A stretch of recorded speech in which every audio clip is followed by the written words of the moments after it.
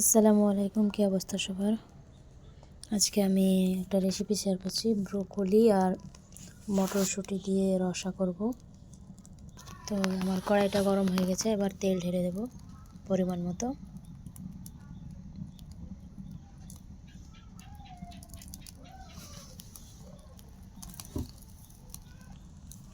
তেল গরম হয়ে গেছে, এবার পেঁয়াজ লঙ্কা দিয়ে দেব কড়াইয়ে।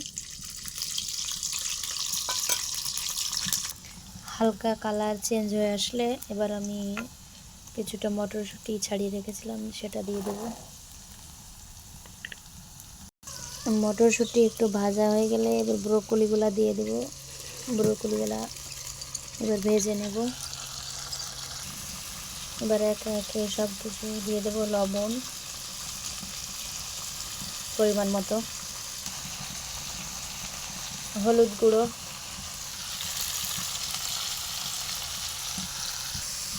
এরপরে দেব বাটা মশলা, জিরে, রসুন, পেঁয়াজ, আদা একসঙ্গে বেটে রেখেছিলাম মিক্সিতে।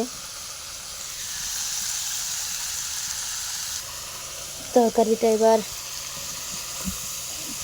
খুন্তি দিয়ে নেড়ে দেব, দিয়ে ঢাকা চাপা দেবো কিছুক্ষণের জন্য। ঢাকনা দিয়ে ঢেকে দেবো কিছুক্ষণ কষানোর জন্য।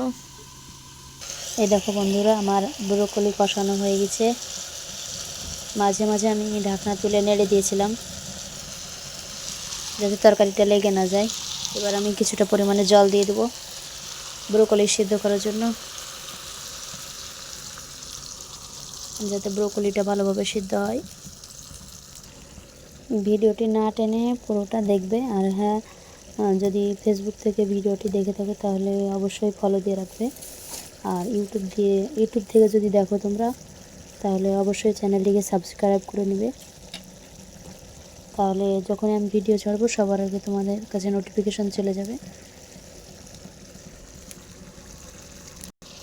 এ দেখো বন্ধুরা, ব্রোকলি রান্না হয়েছে প্রায়।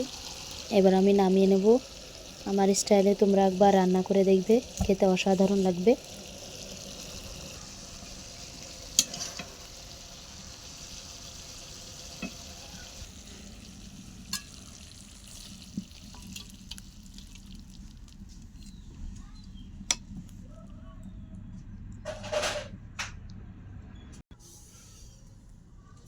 দেখেছো কি লোভনীয় হয়েছে দেখতে, খেতে অসাধারণ লাগবে।